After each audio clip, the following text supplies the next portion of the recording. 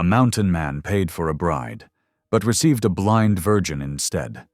He rode down from the high country, gold in hand, ready to buy himself a wife to end his lonely winters. But when the stage door opened, the woman who stepped out couldn't even see him. Her eyes were pale as snow, and she carried a Bible instead of fear. At first he thought he'd been cheated, but when a storm traps them together in his cabin, he learns she can do more than cook and pray. She can see truth where he cannot. Then a stranger rides up the mountain, claiming she's the daughter of a man railroad men tried to kill. Now the hunter becomes the hunted, and mercy is the only weapon left. In a world built on greed, what happens when the blind see clearer than the sighted? And when faith becomes the only light in the dark, will love be enough to save them both before the snow melts? Drop a comment below and share which part of the world you're tuning in from today.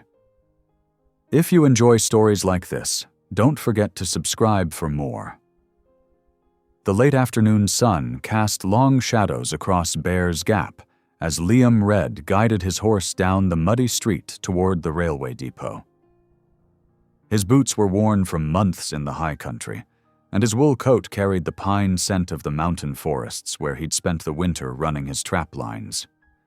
A leather poke heavy with gold dust bounced against his chest with each step, payment earned through long, lonely months of work. The letter from Reverend Marshall crinkled in his breast pocket. Those carefully penned words had given Liam hope during the cold nights in his cabin. A God-fearing bride awaits, one who will bring light to your solitary days. After 15 years alone in the mountains, the promise of companionship had finally overcome his stubborn independence. Bear's Gap hummed with the energy of spring thaw. Freight wagons creaked under heavy loads while teamsters called out to their horses. The new railway depot stood proud, fresh-painted clapboard gleaming in the afternoon light. Telegraph wires hummed overhead, carrying messages to distant cities. The frontier was changing, and perhaps it was time Liam changed too. He dismounted near the water trough, boots squelching in the mud. His fingers brushed the letter again as he scanned the crowd. The afternoon stage was due any minute. After all these months of correspondence, he would finally meet his bride. The stagecoach appeared through a cloud of dust, 6 horses straining against their traces as the driver guided them to a stop. Liam's heart hammered against his ribs. He removed his hat, suddenly conscious of his wild beard and trail-worn clothes. Passengers began descending. A drummer with his sample case, a family with 3 children, a portly banker type. Then she appeared in the doorway. She was slight, barely more than a girl, with pale skin and dark hair tucked beneath a neat bonnet. But something was wrong. Her movements were hesitant, one hand extended before her. In her other hand, she clutched a white cane and a leather-bound Bible. Liam's stomach dropped. The girl was blind. "Miss Holt," called out Mrs. Peterson, the preacher's helper, hurrying forward to assist the young woman down the steps. "I'm here to meet you, dear, and Mr. Red is waiting as well." Miriam Holt turned her face toward the sound of Mrs. Peterson's voice. Though her eyes were a clear blue, they didn't quite focus on anything. "Thank you," she said softly. Her voice carried the refined accent of Eastern schooling. Liam stood rooted to the spot, anger building in his chest. This wasn't what he'd agreed to. The Reverend's letter had said nothing about her being blind. He'd been deceived. Mrs. Peterson guided Miriam toward him. "Mr. Red, this is Miss Miriam Holt. Miriam, Mr. Liam Red is here to receive you." "It's a pleasure to meet you, Mr. Red," Miriam said, extending her hand in his general direction. Liam ignored the offered hand. "Mrs. Peterson. A word?" His voice was gruff with suppressed emotion. He drew the older woman aside, leaving Miriam standing alone with her carpet bag at her feet. "What's the meaning of this?" he demanded in a harsh whisper. "The Reverend never mentioned she couldn't see." Mrs. Peterson's chin lifted. "Miss Holt is a fine Christian woman of excellent character. The arrangement was made in good faith, Mr. Red, and you've already paid the bride price. It's binding." "Binding?" Liam's voice rose before he caught himself. "I paid for a wife who could help run a mountain homestead, not—" He broke off, aware of Miriam standing quietly nearby, her head slightly bowed. "The Lord works in mysterious ways," Mrs. Peterson said firmly. "Perhaps you should take some time to pray about this situation. Meanwhile, Miss Holt needs rest after her long journey. I've arranged a room at the hotel." Liam ran a hand over his face, feeling trapped. He couldn't just abandon the girl here in Bear's Gap. But how could a blind woman survive in his rough cabin 10 miles from nowhere? "Fine," he growled. "I'll take her to the hotel, but I ain't made any final decision about this." He retrieved Miriam's carpet bag and turned to her. "Miss Holt, if you'll follow me, watch your step. The street's muddy." "Thank you, Mr. Red." She extended her cane, using it to feel her way.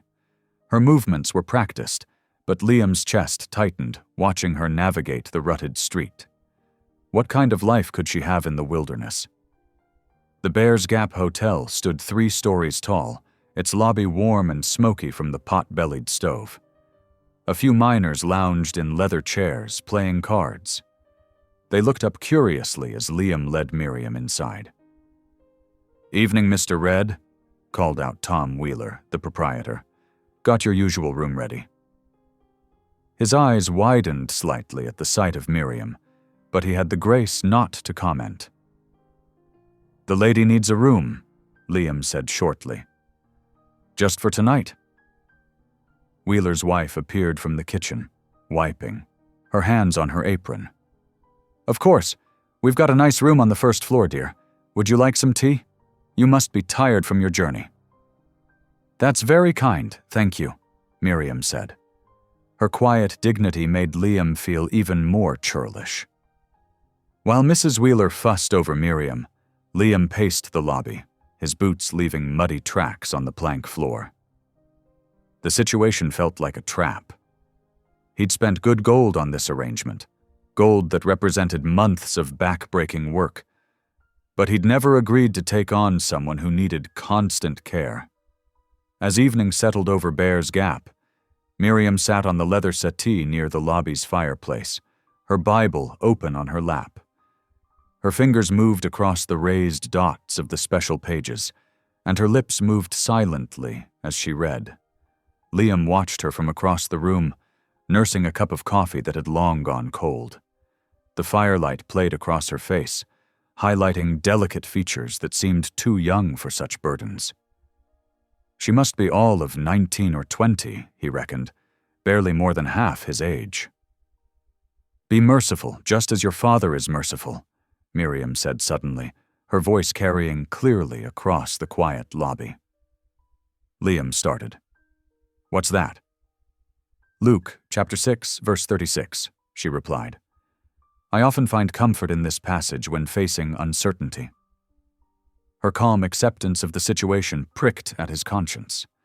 Here he was, a grown man full of anger and resentment, while this slip of a girl faced her circumstances with grace. "Miss Holt," he said gruffly, "you should know, I live rough, 10 miles from town, up in the mountains. No neighbors, no comforts. It ain't no place for someone who—" He broke off, uncomfortable. "Someone who cannot see?" she finished quietly. "Mr. Red, I may be blind, but I'm not helpless. I can cook, clean, tend a garden. I've learned to make my way in a seeing world." "But why?" he burst out. "Why agree to marry a stranger in the wilderness? Surely you had other choices." Miriam's fingers stilled on her Bible. "We all have our reasons for seeking new beginnings, Mr. Red. I'm sure you had yours when you wrote to Reverend Marshall." The truth of her words struck him like a physical blow. He had sought this arrangement out of bone-deep loneliness, hoping to fill the empty spaces in his life. What right did he have to judge her motivations? As the evening wore on, other guests retired to their rooms. Miriam remained by the fire, eventually dozing off with her Bible in her lap. Liam should have gone up to his room, but he couldn't bring himself to leave her alone. He studied her in sleep, the way her dark lashes rested against her cheeks, the gentle rise and fall of her breath. She looked so young, so vulnerable, yet there was strength in the set of her jaw, in the way she had faced his rejection without complaint. The fire burned low, casting dancing shadows across the lobby. Outside, a coyote called lonely into the night. Liam felt the weight of decision, pressing down on him. Come morning, he would have to choose, honor his commitment or send this brave young woman away to an uncertain fate. He remained in his chair as the hours crept past, torn between pity and anger, between duty and fear. The letter that had seemed to promise such hope now felt like a judgment on his character. Was he the kind of man who would abandon someone in need? Or could he find the courage to open his life to this unexpected challenge? As midnight approached, Miriam stirred slightly in her sleep, and her Bible slipped from her lap. Liam rose quietly to retrieve it, careful not to wake her. The leather was worn soft with use, the pages well thumbed. This was no mere prop. It was clearly her constant companion. He placed the Bible gently on the table beside her, then found a blanket to drape over her sleeping form. His rough hands looked out of place against the soft wool, like his entire life might be too harsh for someone like her. Yet as he watched her sleep, something shifted in his heart. Perhaps Mrs. Peterson was right. Perhaps the Lord did work in mysterious ways. He had asked for a God-fearing bride, and here she was, her faith evident in every word and action. That she was blind might be a challenge he never expected, but her courage in facing that challenge put his own fears to shame. The night deepened, and still Liam kept his vigil, wrestling with his conscience as Miriam slept peacefully by the dying fire. Come morning, he would have to make his choice, but for now he watched and wondered at the strange turns life could take, and how the answer to a prayer might come in forms we never expect. The first gray light of dawn crept through the hotel's frosted windows. Liam hadn't slept, his mind churning with the weight of decision. Miriam still dozed on the settee, the blanket rising and falling with her quiet breaths. As the town began to stir outside, he made up his mind. He would take her back to the marriage agency in Denver. It was the only sensible choice. Mrs. Wheeler emerged from the kitchen, the smell of fresh coffee and frying bacon following her. She gave Liam a disapproving look as she gently woke Miriam. Breakfast is ready, dear. Would you like some help freshening up? Thank you, that's very kind, Miriam said, folding the blanket with practiced movements. Liam waited until Miriam had gone with Mrs. Wheeler before heading to the marriage agent's office. The morning air was bitter cold, his breath forming clouds in front of him. Bears Gap was just beginning to wake. A few miners trudged toward the mine head, and the blacksmith's forge glowed orange in the dim light. The agent's office occupied a small room above the telegraph office. Joshua Tate sat behind a desk cluttered with papers, his round spectacles catching the light from an oil lamp. Mr. Red, Tate said, not looking up from his ledger. I expected you'd be here. This arrangement won't work, Liam said flatly. I'm taking Miss Holt back to Denver. Tate finally looked up, his expression hard. That's not possible. The contract is binding. You paid your fee, she accepted the match. She's legally your wife. You never mentioned she was blind. The contract doesn't guarantee physical perfection, Mr. Red. Only that the bride is of good Christian character, which Miss Holt certainly is. Tate pulled out a document. Your signature right here, perfectly legal and binding. Liam's fists clenched. You can't force me to— No, I can't force you to be a decent man, Tate interrupted. But I can ensure you face consequences if you abandon your legal wife. The sheriff takes a dim view of men who desert their responsibilities. Frustrated, Liam stormed out. The morning had grown colder, matching his mood. He needed supplies from the mercantile before heading back to his cabin, with or without Miriam. Inside the store, whispers and stares followed him. A cluster of women gathered near the dry goods, their voices carrying clearly. Did you hear? Liam Red's mail-order bride is blind as a bat. Poor man, getting swindled like that. What's he going to do with a useless wife? Liam's jaw clenched as he gathered supplies. Beans, coffee, lamp oil, flour. He tried to focus on his list instead of the gossip.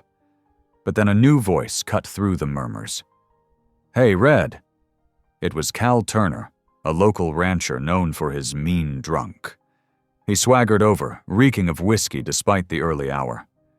Heard you got yourself a blind bride. I'll take her off your hands. $100 cash. The store went silent. Liam turned slowly, his voice dangerous and quiet. What did you say? Turner grinned, swaying slightly.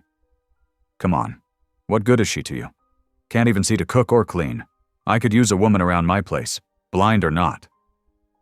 Liam's fist connected with Turner's jaw before he even realized he'd moved. The rancher crashed into a display of tin pots, sending them clattering across the floor. The store erupted in gasps and exclamations. You ever speak about my wife like that again? Liam growled. And it'll be the last words you say?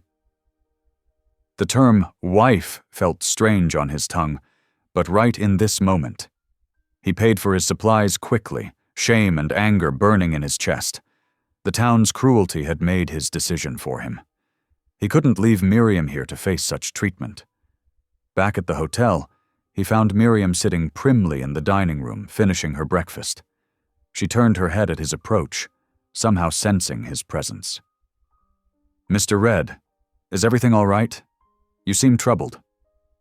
We're leaving, he said gruffly. I've got a wagon outside. We'll head up to my cabin before dusk. A small smile touched her lips. Just until spring? Just until spring, he agreed, though they both heard the uncertainty in his voice. It's rough country, mind you, 10 miles up into the mountains. I trust you'll guide me well, she said simply. They loaded the wagon with their supplies and Miriam's few possessions. The town watched from windows and doorways as Liam helped her up onto the seat. Her hands found the wooden edge with careful movements, and she settled herself with quiet dignity. The wagon wheels creaked as they left Bear's Gap behind. The road wound upward through stands of pine and aspen, their bare branches stark against the winter sky. Miriam sat straight beside him, her face turned into the wind. The air smells different here, she said after a while. Cleaner. And I can hear water somewhere. A creek? Bear Creek, Liam confirmed, surprised by her perception. Runs past my cabin. Good fishing in summer. What else can you tell me about your home? He described the cabin. One room with a stone fireplace, a lean-to for tools, the garden plot where he grew vegetables in summer. She listened intently, asking thoughtful questions about the layout and daily routines. The afternoon wore on, the temperature dropping as they climbed higher. Miriam shivered slightly, and Liam wrapped a blanket around her shoulders without comment. She smiled her thanks, and something shifted in his chest, a warmth he hadn't expected. As dusk approached, he chose a sheltered camping spot beside a grove of pines. The horses needed rest, and they were still several hours from the cabin. He helped Miriam down, noting how she immediately began mapping the space with her cane, creating a mental picture of their surroundings. The ground's fairly level here, he said. Fire pit's about 10 steps ahead of you. There's a fallen log you can sit on while I get things set up." She moved with surprising confidence, finding the log and settling herself, while he tended to the horses and gathered firewood. Soon, a cheerful blaze crackled, pushing back the gathering darkness. Liam prepared a simple supper of beans and coffee. He watched as Miriam located her cup by touch, handling the hot liquid carefully but competently. She had clearly learned to navigate a world she couldn't see. As the stars emerged overhead, Miriam pulled out her Bible. Her fingers moved across the raised dots, and her clear voice rose in prayer. "Dear Lord, thank you for this day's journey and Mr. Red's kindness. Guide us as we build a new life and help us see your purpose in all things. Amen." Liam stared into the fire, uncomfortable with her gratitude. He'd nearly abandoned her that morning, after all. But watching her prepare for sleep, arranging her blankets with careful precision, folding her coat for a pillow, he realized something remarkable. She showed no fear. Not of him, a stranger, not of the wilderness around them, not even of her blindness. The fire burned low, casting orange light across her peaceful face. She had chosen to trust him, despite his gruff manner and initial rejection. That trust felt like both a burden and a gift. Liam added another log to the fire and settled back against his saddle. The night was cold and clear, stars scattered like diamond dust across the black sky. Tomorrow they would reach his cabin, and then, well, spring was still months away.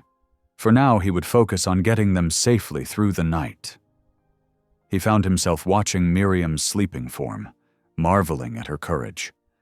Whatever came next, he was committed now to proving worthy of that courage. The gossips and drunks of Bear's Gap had shown him what kind of man he didn't want to be. Perhaps Miriam, with her quiet faith and dignity, could help him become something better. A coyote called in the distance, and an owl answered from the pine grove. Miriam slept peacefully through the wild night sounds, while Liam kept watch until dawn. The journey to Liam's cabin took 2 full days, their wagon creeping along snow-covered switchbacks that wound ever higher into the mountains. The cold bit deeper with each mile, and the air grew thin enough to make the horses blow hard on the steeper sections. Miriam sat quietly beside him, wrapped in every blanket they could spare. She never complained, though Liam knew the jolting wagon and bitter wind must be taxing for someone unused to mountain travel. Instead, she asked questions about the sounds and smells around them, the cry of hawks, the scent of pine sap, the crunch of snow beneath the wheels. "There's a drop-off to our right," Liam explained, as they navigated a particularly treacherous bend. "But don't fret. These horses know the trail better than most men." "I'm not afraid," Miriam said, though her knuckles were white where she gripped the seat. "I trust you'll keep us safe." By late afternoon of the second day, the wagon finally crested the last rise. Liam's cabin stood before them, a sturdy structure of hand-hewn logs nestled in a protective grove of towering pines. Snow draped the steep-pitched roof like a white blanket, and smoke from a neighbor's cabin far across the valley was the only sign of other human presence. "We're here," Liam announced, drawing the wagon to a halt. "It ain't much, but it's solid. Keeps out the weather and most critters." He helped Miriam down, steadying her as her boots crunched in the deep snow. She stood still for a moment, face tilted up as if reading the air itself. "The wind sounds different here," she observed. "The trees must be very tall." "Ponderosa pines," Liam confirmed. "Some are older than both of us put together." He guided her to the cabin door, warning of the high threshold. "Watch your step here." Inside, the cabin was cold and musty from his absence. Liam immediately set to work clearing the hearth and laying a fire, while Miriam stood just inside the door, one hand on the rough-hewn wall. "The room's about 20 feet square," he explained, trying to help her orient herself. "Fireplace is straight ahead from the door, beds in the far right corner, table and chairs to the left, cupboards along the back wall." Miriam nodded, then began to move slowly around the perimeter of the room. Her fingers trailed along the walls as she walked, counting her steps in a whisper. When she reached the cupboards, she explored their handles and edges carefully, building a map in her mind. 12 steps from door to back wall," she murmured. 4 cupboards, iron handles, window above with wooden shutters." Liam watched her methodical exploration while he stoked the growing fire and set beans to warm. She moved with careful precision, never rushing, memorizing every detail she could touch. By the time he had their simple supper ready, she could navigate the main paths through the cabin without her cane. They ate in companionable silence, the fire crackling and snow starting to fall again outside.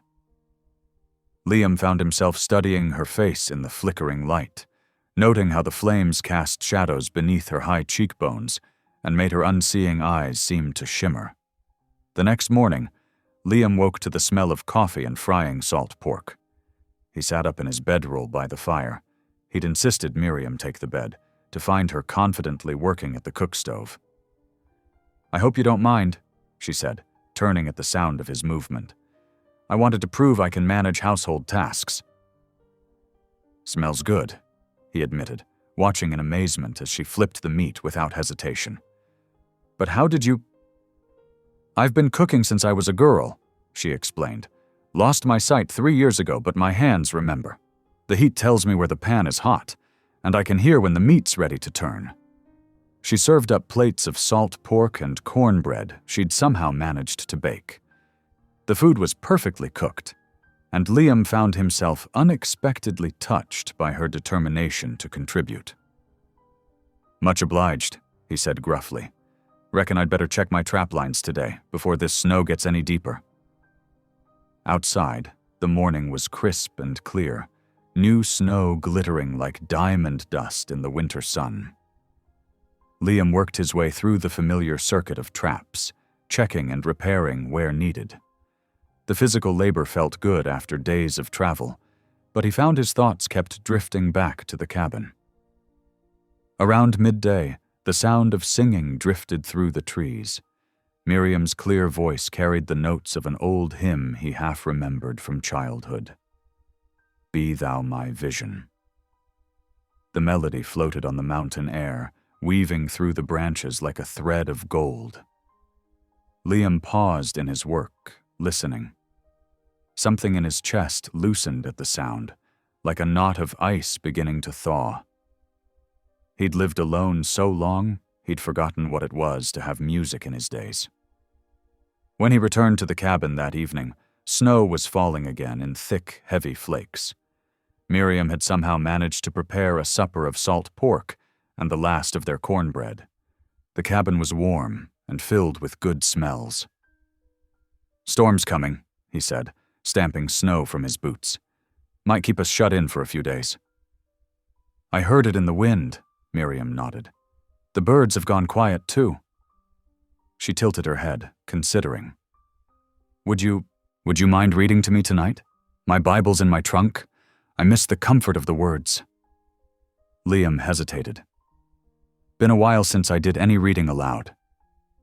"Please," she asked softly. "Just a few verses from Psalms?" After they'd eaten and cleaned up, Liam found himself sitting by the fire, Miriam's Bible open on his knee. The leather was worn smooth from use, the pages marked with strips of cloth. He cleared his throat and began to read, his voice rough and halting at first. "The Lord is my shepherd, I shall not want. He maketh me to lie down in green pastures." As he read, his voice grew more confident. The familiar words brought back memories of his mother reading these same verses on winter nights long ago. Miriam sat with her hands folded, a peaceful expression on her face. When he finished the psalm, silence filled the cabin, broken only by the crack of burning logs and the whisper of snow against the windows. It was a comfortable silence, free of the awkwardness that had marked their first days together. "Thank you," Miriam said simply. Liam nodded, though she couldn't see it. "Best get some rest. Storm might last a while." As he banked the fire for the night, he realized something had shifted between them. Miriam was no longer just a burden he'd reluctantly accepted. Her quiet strength, her determination to contribute despite her blindness, her simple faith, all had begun to earn his respect. The wind picked up outside, driving snow against the cabin walls, but inside was warm and peaceful. Miriam's steady breathing soon joined the night sounds as she drifted off to sleep. Liam lay awake a while longer, listening to the storm and thinking about the strange turns life could take. He'd brought her here just until spring, but watching her navigate the cabin with growing confidence, hearing her bright hymns fill the mountain silence, he wondered if perhaps God had known better than him what his solitary life had been missing. The storm gathered force outside, but for the first time in years, Liam's cabin felt like more than just shelter. It felt like it might become a home. The storm descended like a hungry beast, howling through the pines and rattling the cabin's shutters. Snow piled against the walls until the windows showed nothing but white. Inside, Liam and Miriam settled into an uneasy rhythm as their first full day of confinement began. "Might last 3 days, maybe more," Liam said, checking their supplies. "Need to make everything stretch." He lined up their remaining food on the rough wooden table. Coffee beans, dried beef, a half sack of flour, some dried apples, and a small bag of sugar. Miriam ran her fingers over each item, counting and calculating. "If we're careful with portions, we should manage." She picked up the coffee beans, bringing them to her nose. "These will need to ration most carefully, I expect." Liam couldn't help but smile at her practical approach. "Reckon you're right about that." The day passed, slowly. Liam kept the fire fed while Miriam learned the peculiarities of his cook stove by touch. The loose handle on the damper, the spot where the surface ran hottest. Her confidence grew with each hour. "The heat tells me everything I need to know," she explained, testing the stove's surface with her palm held just above it. "Like reading a map with my hands." Near sunset, Liam noticed her fingers moving over his old coat, which he'd hung by the fire. "There's a tear here," she said. "Do you have needle and thread?" "In the trunk under the window, but you don't need to—" "Please," she interrupted softly. "Let me be useful." He watched in amazement as she threaded the needle by touch alone and began making tiny, even stitches. Her fingers moved with certainty, following the line of the tear as if she could see it plain as day. The second morning brought wind that screamed like a mountain lion. They huddled near the fire, nursing cups of carefully measured coffee. Miriam's quiet voice filled the spaces between wind gusts as she told stories of her childhood in St. Louis, gardens and gas lights, steamboats and Sunday socials. "It seems like another life now," she said, her hands wrapped around her cup. "Before the explosion." Liam's head came up sharply. "Explosion?" She nodded, her face turned toward the fire. 3 years ago. Father owned part of the railroad. Some men wanted him to sell land that belonged to the native tribes, land he'd promised to protect. When he refused, her voice caught. They meant to kill him. I was in his office when the dynamite went off. The fire popped and hissed in the silence that followed. Liam watched her face, seeing the shadow of that memory pass across it. "The doctor said I was lucky to live," she continued quietly. "When I woke up, everything was dark. It's been dark ever since." Liam gripped his cup harder, anger rising at the thought of such cowardly violence. Did they catch the men who did it? No, she shook her head. Father sold his shares after that, moved us away from St. Louis, but I decided I wouldn't let fear rule my life. That's why I answered the advertisement for a bride. A small smile touched her lips. Though I suspect the agency wasn't entirely honest with either of us. No, Liam agreed gruffly. They weren't. The third day of the storm brought new challenges. Their woodpile was running low, forcing Liam to venture out to the covered stack behind the cabin. The wind had died down, but snow still fell in thick curtains. He was nearly finished splitting a fresh supply when it happened. The axe handle, slick with snow, twisted in his grip. The blade glanced off the log and caught his forearm, opening a long gash. His curse brought Miriam to the door. "What's wrong?" "Cut myself," he grunted, pressing his hand against the wound. "Nothing serious." "Come inside," she ordered, her voice brooking no argument. "I can smell the blood from here." Inside, she directed him to sit by the fire while she gathered supplies. Clean rags, her own sewing kit, a pot of snow melted to water. Her movements were swift and sure as she cleaned the wound. "It's deep," she said, fingers exploring the edges of the cut. "It needs stitches. You can't see to... I don't need to see." Her touch was gentle but firm. "I can feel where the edges need to meet. Trust me." And he did. He watched in wonder as she stitched the wound closed, her fingers reading his skin like braille, each stitch placed perfectly. When she finished, she bound it with clean strips torn from one of her own petticoats. "Where did you learn to do that?" he asked. "The doctor who treated me after the explosion taught me. He said blindness was no excuse for helplessness." She tied off the bandage. "How does it feel?" "Good," he admitted. "Real good." That evening, as snow continued to fall outside, they shared the last of their coffee. The forced closeness of the past 3 days had worn away some of their initial wariness. In the comfortable quiet, Liam found himself speaking of things he'd long kept buried. "Used to have a proper trapping outfit," he said, staring into his cup. "Partner, string of horses, regular buyers for our furs. Then I found whiskey." He paused, the old shame rising. "Lost it all. Lost myself." Miriam sat silent, listening. "Worst part came one night in a saloon in Deadwood. Got in a fight with a friend, can't even remember what about. Pushed him harder than I meant to. He fell wrong, hit his head." Liam's voice roughened. "Died before the doctor could help him." "What did you do then?" Miriam asked softly. "Sobered up. Came up here to these mountains. Been alone ever since." He set his empty cup down. "Reckon I deserved to be." "No one deserves to be alone," Miriam said. Her hand found his across the table, touching the rough knuckles gently. "God's mercy is new every morning." Liam looked at her small hand resting on his. "You really believe that? After what was done to you?" "I have to," she replied simply. "Otherwise the darkness wins."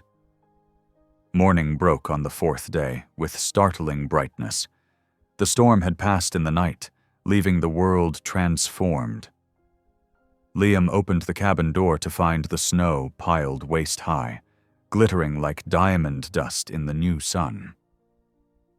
"The storm's passed," he told Miriam. "Sun's so bright on the snow it near hurts to look at." She stood in the doorway beside him, face lifted to feel the warmth. "I can smell the change," she said, "like the whole world's been washed clean." Liam looked down at her upturned face, seeing it with new eyes. The past 3 days had changed something between them. Her quiet strength, her skilled hands, her unwavering faith, all had worked their way past his defenses.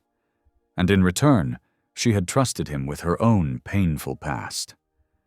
The sun climbed higher, setting the snow-covered pines ablaze with light.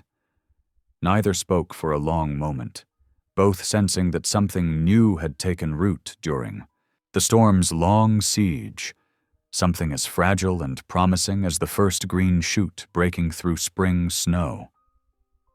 Trust, Liam realized. For the first time in years, he had allowed himself to trust and be trusted in return. Late February brought the first whispers of spring to the mountains. The morning air carried a softness that spoke of coming thaw, and patches of bare earth began to show through the thinning snow. Liam watched the changes from his cabin door, knowing it was time to make the trip down to Bear's Gap to trade his winter furs. "We'll need supplies too," Miriam said when he mentioned the journey. She stood at the stove, stirring a pot of beans with practiced ease. 3 months of mountain living had taught her every corner of their small home. "The coffee's nearly gone, and we're down to the last of the salt pork." Liam nodded, then remembered she couldn't see it. "Reckon you're right. Best we both go.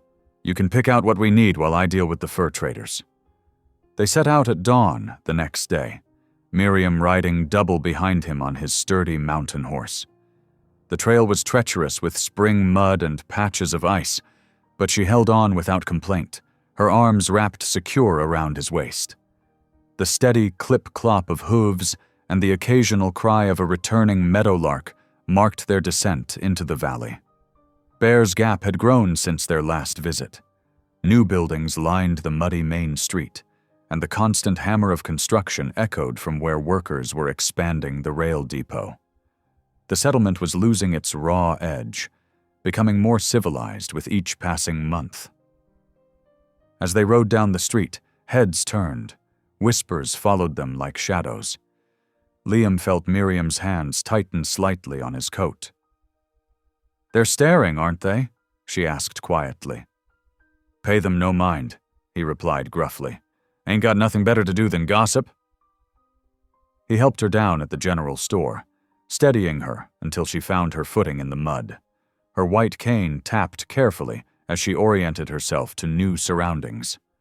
A group of women outside the millinery watched openly, their faces a mixture of pity and curiosity. Inside the store, the shopkeeper's wife hurried forward. "Why, if it ain't the mountain bride! We've all been wondering how you were faring up there, dear." Her voice dripped with sweetness. "Must be awful hard, being blind and all." "I manage well enough, thank you," Miriam replied with quiet dignity. She began listing their needs: coffee, salt, sugar, lamp oil, while Liam gathered the items. The bell above the door chimed, and Martha Weber, the pastor's widow, entered. She was a kind-faced woman who'd served the community for 30 years alongside her late husband. Her eyes softened at the sight of Miriam. "Child," she said warmly, "I've been hoping you'd come down soon." She touched Miriam's arm gently. "Wait here a moment." She hurried out, returning minutes later with something soft and blue draped over her arm. "I've had this shawl put by since Christmas," she said, wrapping it around Miriam's shoulders. "The color matches what I imagine angels' wings might look like. My Thomas always said a gift given with love carries its own sight." Miriam's fingers explored the soft wool, her face brightening. "It's beautiful," she whispered. "I can feel the pattern in the weave." Liam watched the exchange from where he stood settling accounts with the shopkeeper, something warm and unfamiliar stirring in his chest. The old widow's kindness had brought color to Miriam's cheeks, and a smile he hadn't seen before. With their trading done and supplies purchased, they stepped out into the late afternoon sun. The street was quieter now, most folks having headed home for supper. As they walked toward the livery where they'd left their horse, a deep voice called out, "Liam Red, now there's a sight for sore eyes." Henry Tall Elk stepped out of his blacksmith shop, wiping his hands on his leather apron. He was a tall man with graying temples, and eyes that held both wisdom and humor. His presence commanded respect without demanding it. Liam's face broke into a genuine smile. "Henry, didn't know you'd moved your shop to town?" The two men clasped hands warmly. There was history in that greeting, the kind forged in shared danger and saved lives. 3 years back, Henry had found Liam trapped under a fallen horse in the high country, leg broken and freezing. The Crow blacksmith had not only saved his life, but stayed with him through a week of fever, praying over him in 2 languages. "The agency asked me to set up here," Henry explained. "Said they needed someone who could speak both sides of the law." His keen eyes took in Miriam, noting how she stood close to Liam, one hand resting lightly on his arm. "And who might this be?" "My wife, Miriam," Liam said, the words still feeling new on his tongue. "Miriam, this is Henry Tall Elk. He's the reason I'm still walking on 2 good legs." Henry took Miriam's offered hand gently. "Welcome to our country, sister." He studied her face with the careful attention his people gave to all things of importance. After a moment, he smiled and spoke softly in his native tongue, then translated, "Even blind eyes can guide hearts when the spirit sees true." Miriam's face lit up. "You're a man of faith, too?" "I serve both the old ways and the new," Henry replied. "The Creator speaks in many tongues if we have ears to hear." He turned to Liam. "You should bring your wife to Sunday services. We meet in the old schoolhouse now." Before Liam could reply, a well-dressed stranger brushed past them, pausing briefly as if to light a cigarette. Something in the man's careful posture made the hair on Liam's neck rise. The stranger lingered just within earshot, making a show of checking his pocket watch. Henry noticed too. His expression didn't change, but his voice dropped lower. "Come by the shop before you head home. I have something might interest you." They said their goodbyes, and Liam led Miriam toward the livery. The stranger had disappeared, but that prickly feeling of being watched remained. As they prepared their horse for the journey home, Liam kept glancing over his shoulder. Unknown to them, at that very moment, the well-dressed man was stepping into the telegraph office. Silas Vane, Pinkerton Detective Agency, wrote out his message with practiced efficiency. Located Miriam Holt, stop residing bears. Gap, Montana territory. Stop married to mountain man. Stop await further instructions. Stop the operator's key began clicking out the message eastward, each tap carrying danger closer to the little mountain town, and the couple preparing to leave it. The sun was lowering behind the peaks when Liam and Miriam stopped by Henry's shop. The blacksmith was working at his forge, the rhythmic ring of hammer on anvil filling the air with music older than words. He set aside his work when they entered, pulling a small package wrapped in oilcloth from a shelf. "Something to keep you safe on the trail home," he said, handing it to Liam. Inside was a newly forged hunting knife, the blade inscribed with Crow protective symbols. "I've been seeing signs. Best to go prepared." Liam tested the blade's balance. It was perfect, as all Henry's work was. "Much obliged," he said quietly, understanding the warning beneath the gift. "We'll mind the trail careful." They mounted up as the first stars began appearing in the darkening sky. The blue shawl wrapped snug around Miriam's shoulders caught the last light like a piece of heaven. As they rode out of town, Liam felt her arms tighten around him, holding close against the evening chill. The trail home seemed longer than usual. Every shadow held potential threats. Every snapping twig caused Liam's hand to stray toward Henry's knife. Miriam must have sensed his tension. "What's wrong?" she asked softly against his shoulder. "Nothing sure," he replied, keeping his voice low. "Just a feeling, like storm clouds gathering." He urged their horse to a quicker pace. Best we get home before full dark. Behind them, Bear's Gap settled in for the night, lights winking out one by one. But in a room above the saloon, a man sat writing detailed notes about the blind girl who had survived an explosion and the mountain man who now protected her. Silas Vane smiled as he sealed his report. The hunt that had brought him west was finally bearing fruit. The mountain spring arrived with gentle persistence. Melting snow fed the creek until it sang day and night, its voice growing from a whisper to a constant chatter. Around the cabin, patches of earth emerged from winter's blanket, dark and rich with promise. Liam stood in the doorway one morning, coffee cup warming his hands, watching Miriam tend to her newly planted garden. She'd started the seedlings weeks ago on the cabin's windowsill, tiny green spirits reaching toward the light. Now she knelt in the soft earth, carefully transplanting each one. Her fingers moved with surprising certainty, finding the exact depth needed for each tender plant. She'd mapped the garden's boundaries with twine and stakes, creating straight rows she could follow by touch. The morning sun caught in her hair, turning it to copper, while her blue shawl, Martha Weber's gift, lay folded nearby. "Reckon these'll be ready by summer?" Liam asked, his voice softer than it used to be. Miriam smiled, not turning her head. "The Lord willing and the creek don't rise," she said, mimicking his frontier phrase.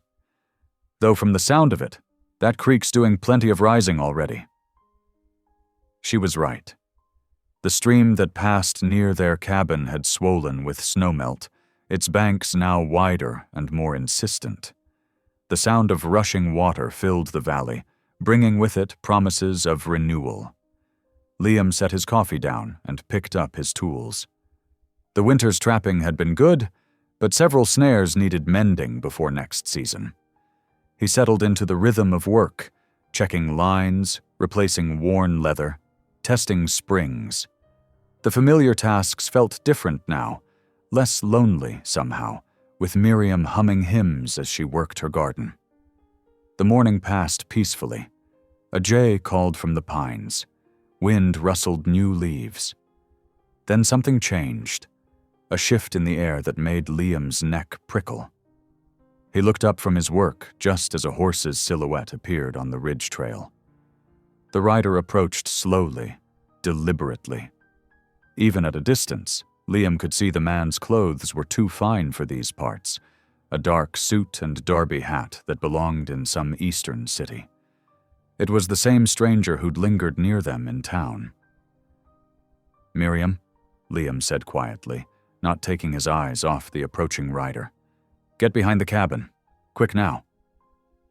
She heard the tension in his voice and moved immediately, taking her cane and disappearing around the corner of the logs. There was no sound of stumbling. She knew every inch of the ground by heart now. The stranger rode up to the cabin at an unhurried pace, as if out for a pleasant morning's ride. His horse was Eastern stock, too, sleek and well-fed, unused to mountain trails. He pulled up several yards from where Liam stood and touched the brim of his hat. "Good morning," he said pleasantly. "Beautiful country you have here." His accent was cultured, his manner carefully cordial. "I wonder if you might help me with an inquiry." Liam kept his face neutral, though his hand stayed near the knife Henry had given him. "Depends on the inquiry." "Of course." The man reached into his coat and produced a small leather wallet. He flipped it open to reveal a silver badge. "Silas Vane, Pinkerton Detective Agency. I'm trying to locate a young woman, a Miss Miriam Holt. Blind girl, about 19 years old. I have reason to believe she may have passed through these parts." Behind the cabin, Miriam pressed herself against the rough logs, heart pounding. She could hear every word. "Lot of folks pass through Bear's Gap these days," Liam said evenly. "Railroad brings all kinds." "Indeed it does. Vane smiled, but it didn't reach his eyes. This particular young lady might have arrived by stagecoach a few months back. There are parties back east quite concerned for her welfare. Liam spat in the dirt, letting his mountain man persona thicken. Ain't seen no blind girls lasting long up here. Last stage brought one through, but she took the Denver coach next day. Too rough country for city folk. Is that so? Vane studied him carefully. Interesting. The station master seemed to recall she'd left with a trapper. A man matching your description, in fact. A lot of trappers hereabouts. All look pretty much the same to city eyes. Liam turned slightly, positioning himself between the rider and the cabin's corner. If that's all you're wanting? The Pinkerton agent sat quietly in his saddle for a long moment. His polite mask never slipped, but something cold showed in his eyes. For now, Mr. Red, though I expect I'll be returning. Bears Gap is such a charming little town. I may stay a while. He touched his hat again and turned his horse, riding away with the same deliberate pace. Liam watched until the rider's silhouette disappeared over the ridge. Only then did he let out the breath he'd been holding. "Miriam," he called softly. "He's gone." She came around the corner slowly, her face pale. Her hands trembled on her cane. "They found me," she whispered. "Dear God, they found me." Liam crossed to her quickly, steadying her before she could fall. She clutched at his arm, her whole body shaking now. "Come inside," he said gently. "Think it's time you told me everything." He led her to the cabin's single chair while he built up the fire. The morning's warmth had fled, leaving a chill that seemed to seep through the walls. Miriam sat silent for a long time, her unseeing eyes fixed on some distant point. "It started last summer," she finally said, her voice barely above a whisper. "I was in Father's study, reading. He thought I was at church, but I'd come home early. 2 men came to see him, railroad men. They were arguing about land deeds, tribal territories the railroad wanted for their new line." She twisted her hands in her lap, reliving the memory. "Father was angry. He said they couldn't just steal treaty lands, that he wouldn't falsify the documents they wanted. One of them said something about making arrangements either with him or without him." Liam knelt beside her chair, watching her face. "What happened then?" "Father disappeared 3 days later. Just vanished. The police said he'd run off with company money, but I knew better. He was an honest man." Tears slid down her cheeks. "A week after that, I was walking home from my music lesson. There was a flash, a roaring sound. When I woke up in the hospital, everything was dark." "The explosion that took your sight," Liam said quietly. "It wasn't an accident." Miriam shook her head. "They meant to kill me too, to silence anyone who knew about the land deeds. I heard the nurses talking. They found pieces of a bomb. The police said it was anarchists, but I knew. I knew who had done it." She reached out, finding his hand. "I ran. Changed my name back to my mother's family, Holt. Found the marriage agency, hoping to disappear somewhere far away. And now they found me again." Liam squeezed her fingers gently. "Listen to me, Miriam. That Pinkerton may have found where you are, but he hasn't found you. Not yet. And he won't. You don't know these men," she said. "What they're capable of. Don't matter what they're capable of." Liam's voice was quiet, but iron hard. "You're my wife now, legal and proper. Ain't no one going to harm you while I draw breath. I promise you that." She turned her face toward him, tears still tracking down her cheeks. "Why? Why would you risk yourself for me?" Liam reached up, gently brushing a tear away. "Because you showed me mercy when I didn't deserve it. Because you brought light back to this cabin. Because—" He paused, surprised by the truth rising in his heart.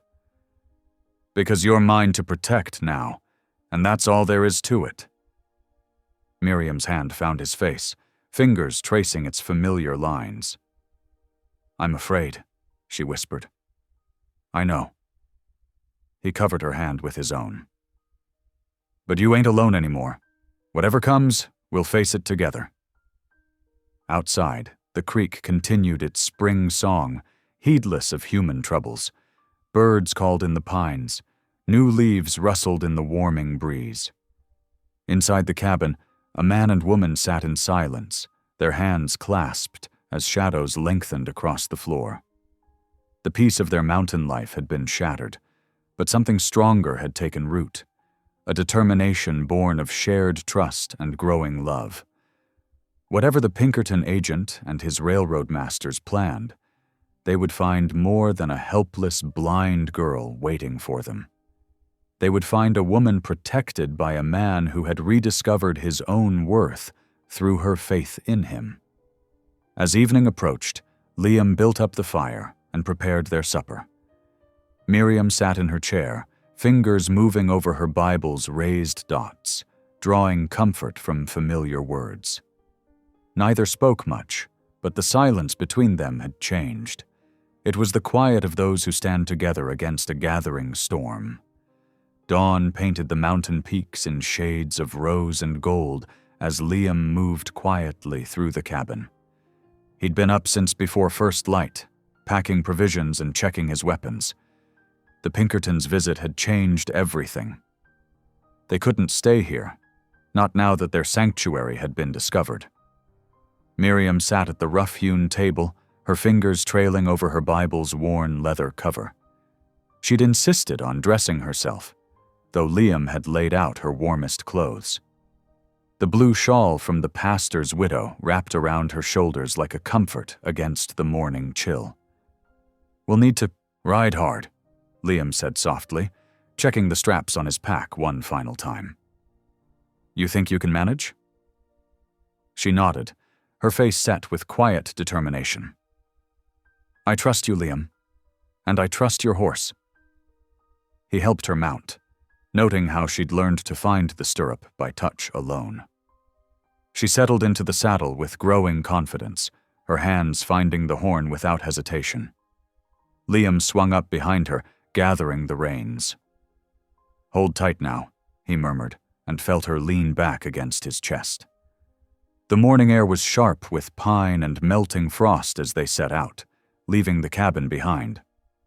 They rode east, following game trails that wound through stands of aspen and pine. Liam kept them off the main paths, alert for any sign of pursuit. By mid-morning, the terrain began to change. The forest thinned, giving way to rolling grasslands dotted with sage. Crow territory. "There's smoke ahead," Miriam said suddenly, her head lifting. "Wood smoke and something else. Metal?" Liam smiled despite their circumstances. Her other senses had grown remarkably keen. "Henry's forge. We're nearly there." The blacksmith's compound came into view, a cluster of log buildings with a stone forge at its heart. Smoke rose from both the smithy's chimney and a separate smokehouse. Henry Tall Elk stood at his anvil, hammering rhythm echoing across the morning air. He looked up as they approached, his expression growing serious as he took in their urgent arrival. "Brother," he called, setting down his hammer. "I see trouble rides with you today?" Liam dismounted, helping Miriam down. "Need your counsel, Henry, and maybe more than that." Henry's eyes moved between them, noting their travel-worn appearance and the weapons Liam carried. He nodded slowly. "Come. The smokehouse will hide you while we talk. There are agency men about today." The smokehouse air was thick with the sweet scent of curing meat. Henry brought them water and corn cakes, while Liam explained about the Pinkerton agent and Miriam's story. The blacksmith listened without interruption, his weathered face thoughtful. "These are dangerous matters," he said finally. "Railroad men have long arms, and their justice is bought with gold." He turned to Miriam. "Yet I see the Creator's hand in bringing you here, sister. The people remember their own debts." What do you mean? Miriam asked. 3 winters ago, your husband saved my life when a hunting party was caught in a blizzard, Henry explained. The Crow Council declared him blood brother that day. Now we can repay that debt. He spread a rough map on a barrel top, tracing lines with his finger as he spoke. The reservation borders run here, along the river. Army patrols keep to these trails, and the agency men watch the main crossings. But there are older paths. His finger moved to a remote area. Here, an old line shack, abandoned when the boundary shifted. It can be reached only by the river trail, which few remember now. Liam studied the map. How far? 2 days riding, if the weather holds. Henry glanced outside. Which it may not. Storm's coming. As if in answer, distant thunder rolled across the prairie. Miriam's hand found Liam's arm. Will it be safe there? Safer than anywhere else right now, Henry said gently. The shack lies in a blind valley. Army maps don't show it. Railroad men won't find it. He rolled up the map, pressing it into Liam's hands. Take the North Fork at Eagle Rock. Follow the river's song. It will lead you true. They left within the hour, Henry's blessing following them into the gathering storm. The rain began as they crossed the first river, fat drops that soon became a steady downpour. Liam felt Miriam shiver against him and wrapped his coat around them both as best he could. The going was slow and treacherous. The rain turned the prairie to mud, forcing them to pick their way carefully along the higher ground. They rode through the afternoon and into evening, stopping only when darkness made further travel impossible. That night, they sheltered beneath an overhanging cliff. Liam built a small fire, shielded from view by rocks, and wrapped Miriam in every dry blanket they had. She accepted his care without protest, though he knew she must be exhausted and saddle-sore. Try to rest, he told her, settling beside her. We've another long day ahead. Will you pray with me? She asked quietly. The request surprised him, but he found himself nodding. Miriam's hand found his, her fingers warm despite the chill air. Her voice was soft but steady as she spoke. Lord, be our shelter in this storm. Guide our path through darkness. Keep watch over those who help us, and grant us wisdom for what lies ahead. Amen. Amen, Liam echoed, the word feeling strange yet right on his tongue. The second day's journey proved even harder than the first. The rain had swollen the rivers, forcing them to search for safe crossings. Mud sucked at their horses' hooves, and the wind drove the rain sideways into their faces. Yet Miriam never complained, holding tight to Liam as they pushed on. By late afternoon, the river trail led them into a narrow valley. Ancient cottonwoods lined the banks, their branches creating a natural arcade. The rain finally began to ease as they rounded a bend and saw the line shack, a sturdy log structure tucked against a cliff face. What do you see? Miriam asked, sensing their arrival. Home, Liam said simply, at least for now. He helped her down, supporting her as she found her footing in the mud. Leading her to the door, he described the cabin's position, the sound of the river, the cliff rising behind them. She absorbed every detail, building the picture in her mind. Inside, the shack was dusty, but sound. A stone fireplace dominated one wall, and rough-hewn furniture waited like patient ghosts. While Liam tended to their horse and brought in their supplies, Miriam moved slowly through the space, learning its dimensions by touch. He returned. He found her standing in the center of the room, her face lifted as if seeing with some inner sight. Her hands were raised slightly, and her lips moved in silent prayer. What are you doing? He asked softly. Blessing our hiding place, she answered, making it holy ground. She turned toward his voice, smiling. God's grace can sanctify any shelter, Liam, even one as humble as this. Looking at her then, rain-dampened, mud-splattered, yet radiant with unshakable faith, Liam felt something shift inside him. The cynicism he'd carried for so long seemed to crack, letting in a shaft of light he'd forgotten existed. He built up the fireplace while Miriam hung their wet things to dry. Soon, warmth began to fill the cabin, driving back the damp and cold.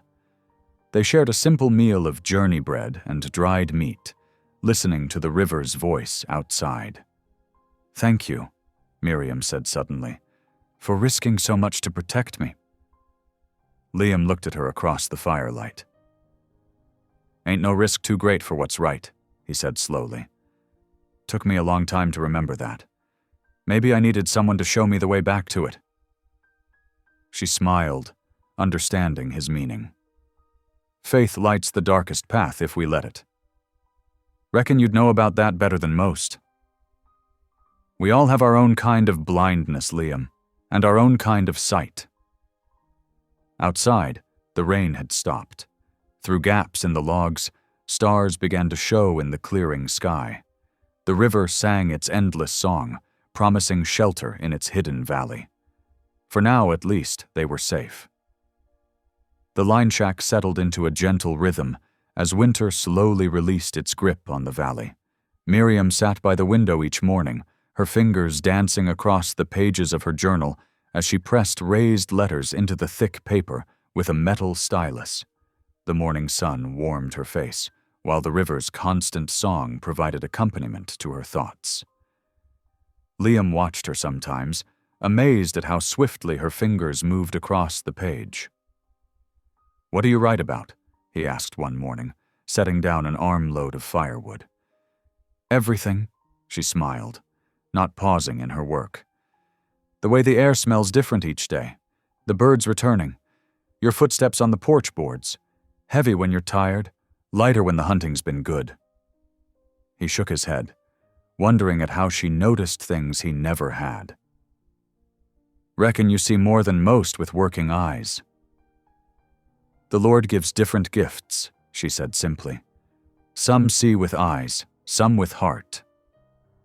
Their days fell into comfortable patterns. Liam rose before dawn to check his trap lines or hunt elk in the high meadows.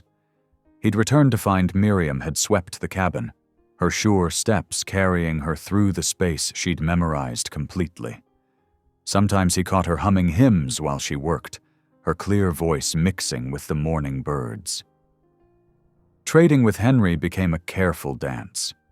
Liam would leave pelts at marked spots along the river, and days later, supplies would appear in their place.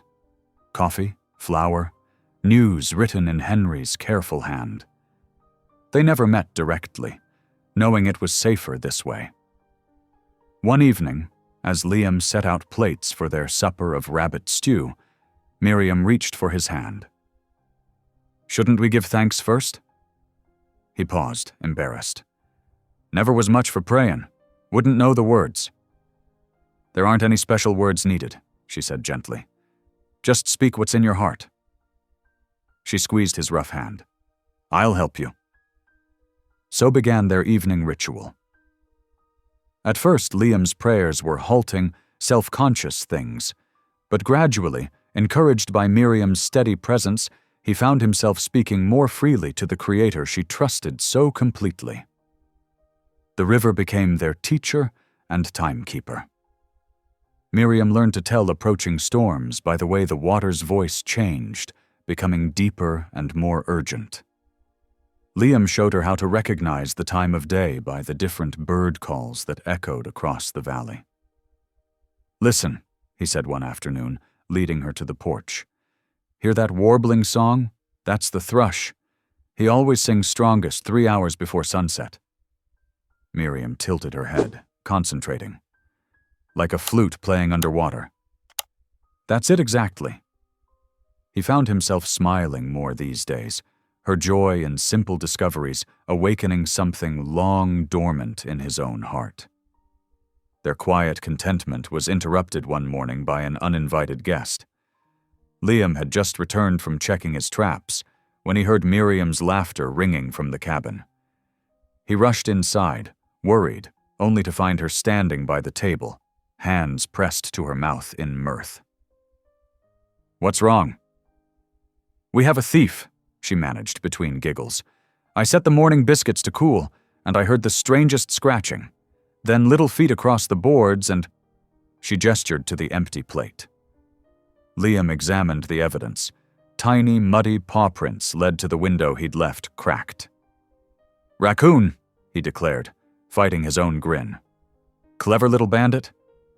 Did he take all of them?" "Left one," Liam said, picking up the lone remaining biscuit. "Reckon we'll have to share." They did, breaking the biscuit between them, their laughter echoing in the morning air. These moments of simple joy became their treasure, stored away against darker times they knew must come. Those times arrived with Henry Tall Elk one misty morning in mid-March. They heard his horse approaching, 3 steady beats, pause, 3 beats, their agreed-upon signal. Liam met him at the creek's edge, while Miriam waited on the porch, tension evident in her straight spine. Henry's usually cheerful face was grave. "Brother, I bring heavy news." He dismounted, leading his horse to water. "The Pinkerton man, Vane, he's been busy in town, spreading word that you kidnapped a blind girl, holding her against her will."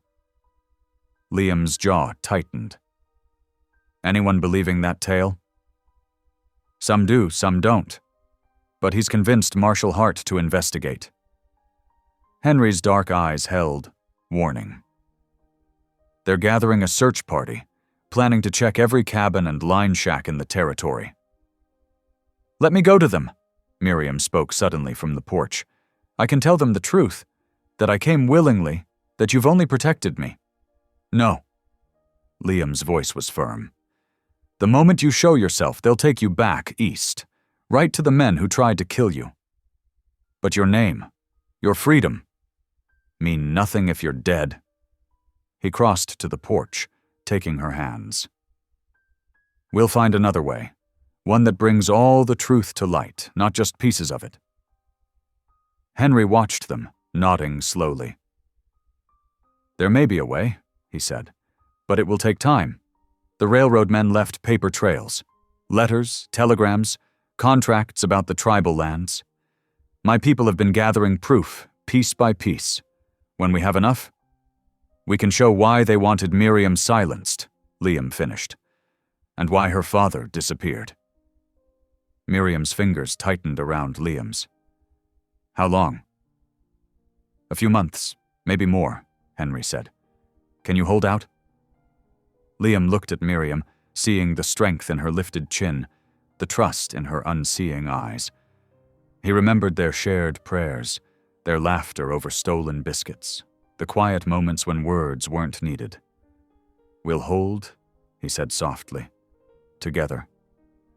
Henry mounted up, pausing before he rode away.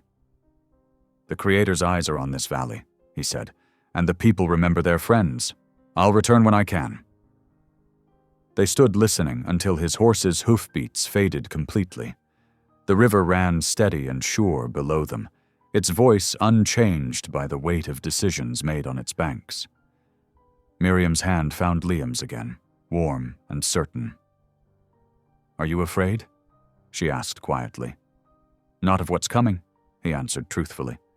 "Only of failing you." She turned to him, her free hand finding his face with gentle accuracy. "You won't fail me," Liam read. "You've already proven that 100 times over." "How can you be so sure? About everything?" "Faith isn't about being sure," she smiled. "It's about trusting, anyway. Like when you lead me along the river path, I can't see where we're going, but I know you won't let me fall."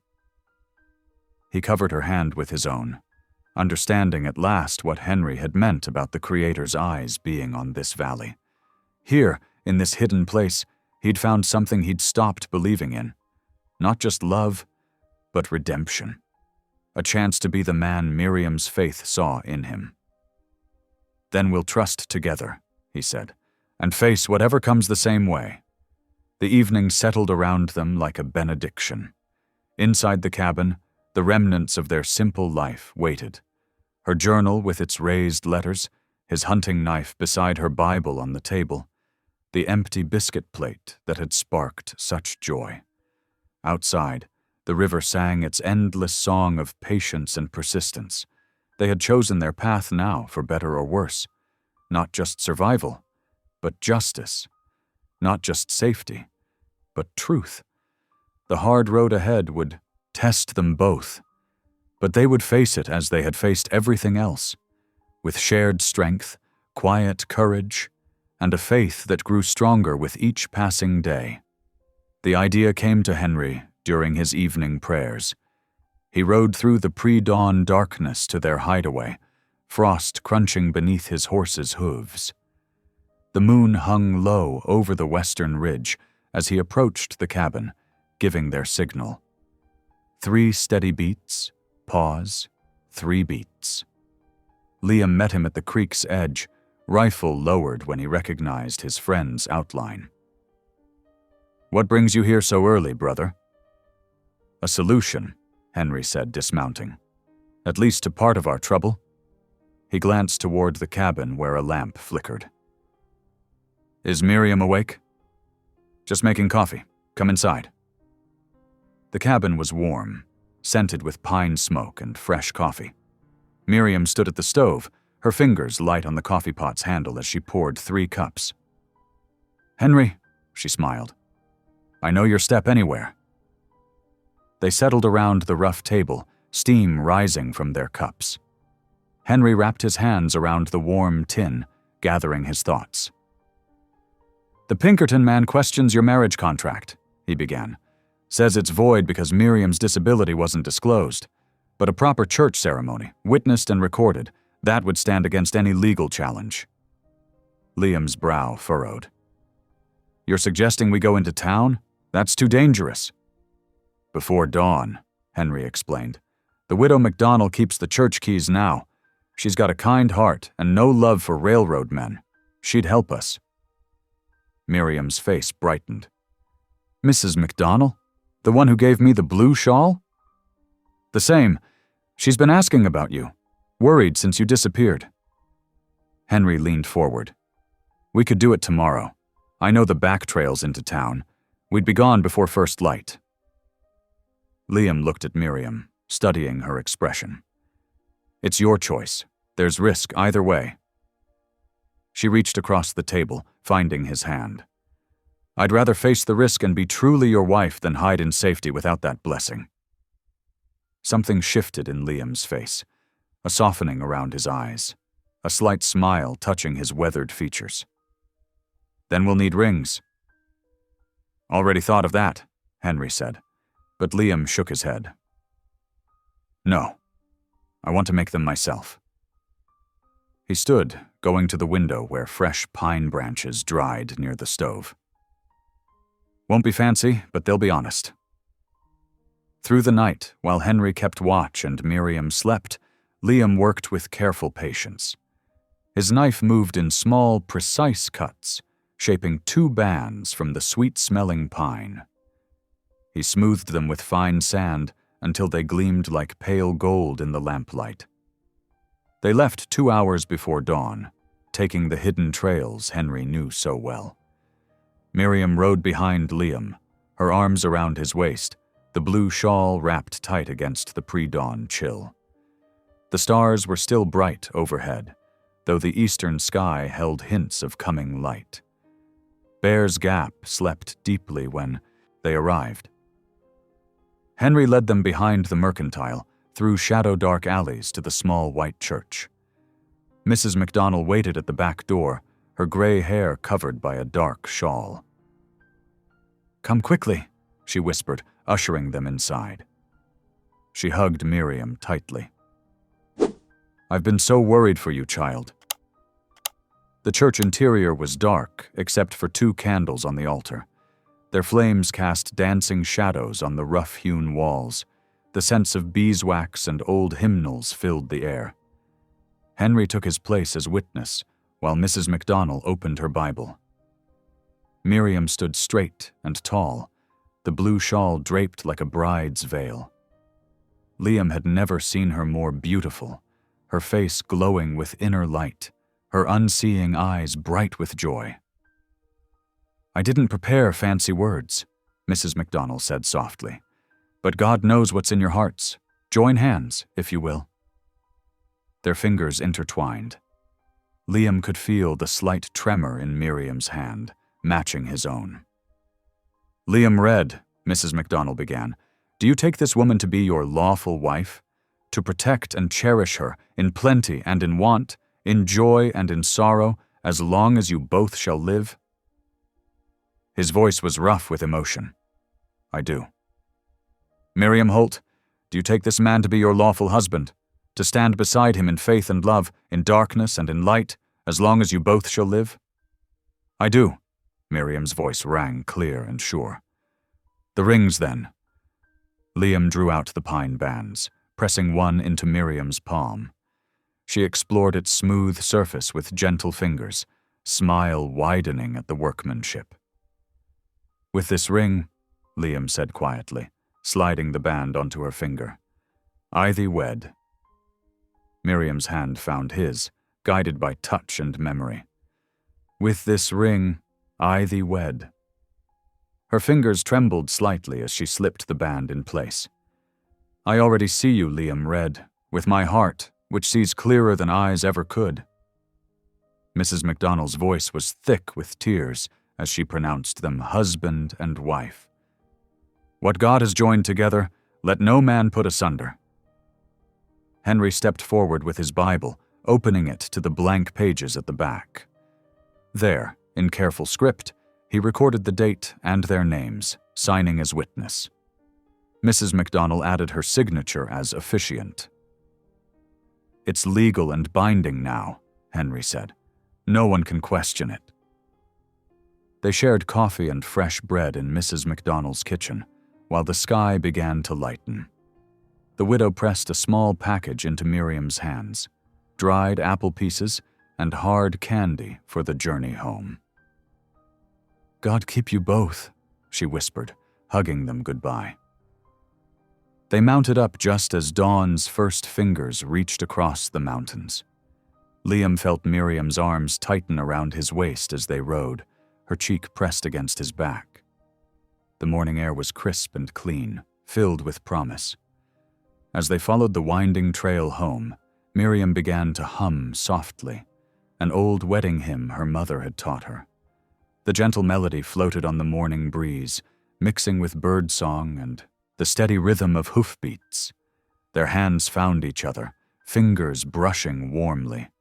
The pine rings caught the rising sunlight, simple and true as the love they represented. They rode on through the awakening day, no longer just survivors hiding from danger, but husband and wife, bound together by choice and blessing and faith. The coffee and bread they had shared, the candlelight on the altar, the widow's tears of joy, these moments were treasures stored away in their hearts. Whatever challenges lay ahead, they would face them together, their union sealed not just by law and ceremony, but by the deeper bonds of trust and devotion that had grown between them. Henry had ridden ahead to ensure their path was clear. When they caught up to him at the river crossing, he smiled at their clasped hands, the matching rings, the peace in their faces. "The Creator smiles on this day," he said simply. They followed the river's song home to their cabin, where coffee still warmed on the stove and sunlight spilled across the wooden floor. Their refuge was now truly their home, blessed by sacred vows and shared faith. Miriam hummed her wedding hymn one last time as they crossed the threshold together. The melody spoke of joy and hope, of love that sees past darkness into light. It was their story now, written in pine rings and candlelight, in secret ceremonies and quiet courage, in two hearts bound as one before God and man. The afternoon sun cast long shadows through the pines as Liam and Miriam made their way back from the ridge trail. Henry rode slightly ahead, scouting their path home. The day had been peaceful. Too peaceful, Liam would later think. The air hung still and heavy, like the calm before a storm. They rounded a bend where the trail narrowed between two rocky outcrops. Henry's horse suddenly reared, pawing the air. "Back!" he shouted, but it was too late. Armed men emerged from behind the rocks, rifles raised. Liam counted 7. The Pinkerton agent, Silas Vane, stepped forward in his neat black coat, looking out of place among the rough-dressed gunmen. "Mr. Red," Vane called out, his voice smooth as creek ice. "I believe you have something that doesn't belong to you." Liam's hand moved toward his rifle, but Vane's men already had them surrounded. Behind him, he felt Miriam's hands tighten around his waist. "Miss Holt," Vane continued, "your father's been quite concerned. Time to come home." "My father's dead," Miriam's voice rang clear and strong. "Those land deeds died with him." Vane's polite mask slipped. "The deeds are company property now, as are you, until you sign them over properly." "She ain't signing nothing," Liam growled. He could feel the tension building, like static before lightning strikes. The first shot came from behind, one of Vane's men getting nervous. Henry's horse screamed, rearing again. In the chaos that followed, Liam saw Henry clutch his shoulder, blood seeping between his fingers. "Henry!" Miriam cried out as their horse shied. Liam fought to control the animal while reaching for his weapon. More shots cracked through the air. Splinters flew from tree trunks. Their wagon, loaded with supplies from town, took several hits. One bullet must have struck the lamp oil they'd bought. Flames erupted from the wagon bed. "Take the woman!" Vane shouted. "Alive!" Two men grabbed for Miriam while others kept Liam pinned down with gunfire. He heard her cry out as they pulled her from the horse. The sound tore at his heart like claws. "Liam!" Her voice was desperate now. He tried to turn, to reach her, but bullets kicked up dust at his feet. The burning wagon had set the dry brush ablaze. Smoke began to fill the narrow pass, stinging eyes and throats. Through the chaos, Liam saw Henry slumping in his saddle, face gray with pain.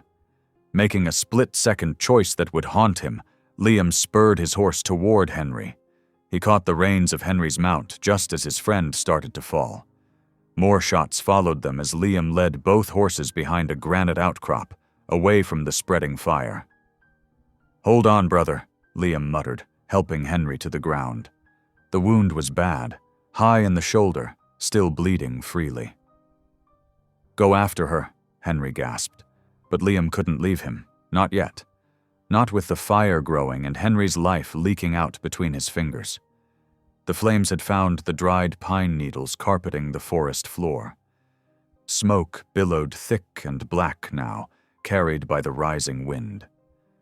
Liam heard horses galloping away, Vane and his men, taking Miriam with them. He tore strips from his shirt to bind Henry's wound, working as quickly as he dared. The fire was spreading fast, eating through the undergrowth toward their cabin. Already he could hear the hungry roar of it, the crack of branches as trees caught. "We have to move," Liam said, helping Henry onto his horse. "Fire's going to trap us if we don't." They rode hard for the creek, the only safe path away from the flames. Behind them, their cabin, the home he and Miriam had made together, stood directly in the fire's path.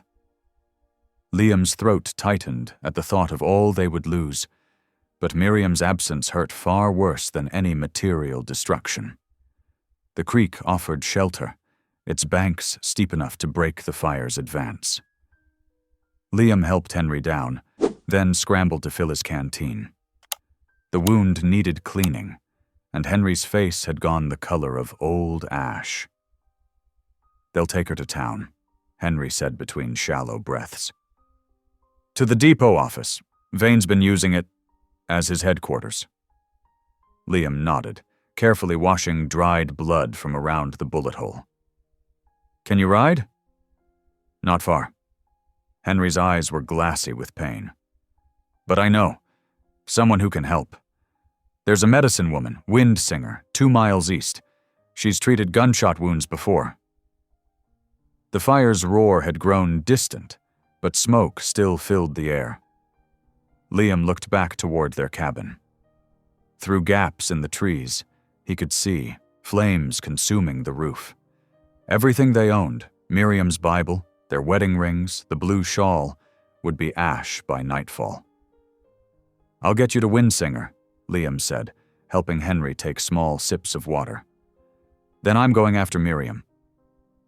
"Be careful," Henry whispered. "Vane's not just a Pinkerton. He's working for the railroad men who tried to kill Miriam's father, the ones who took her sight."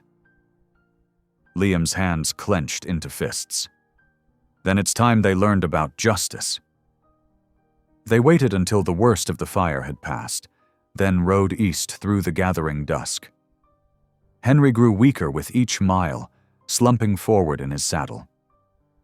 By the time they reached Wind Singer's lodge, night was falling in earnest.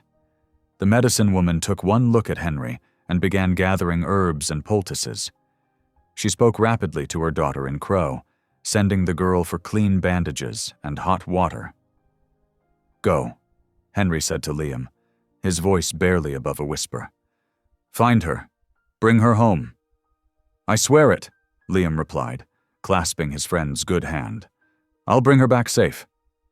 Wind Singer's daughter appeared with a steaming cup of medicine for Henry.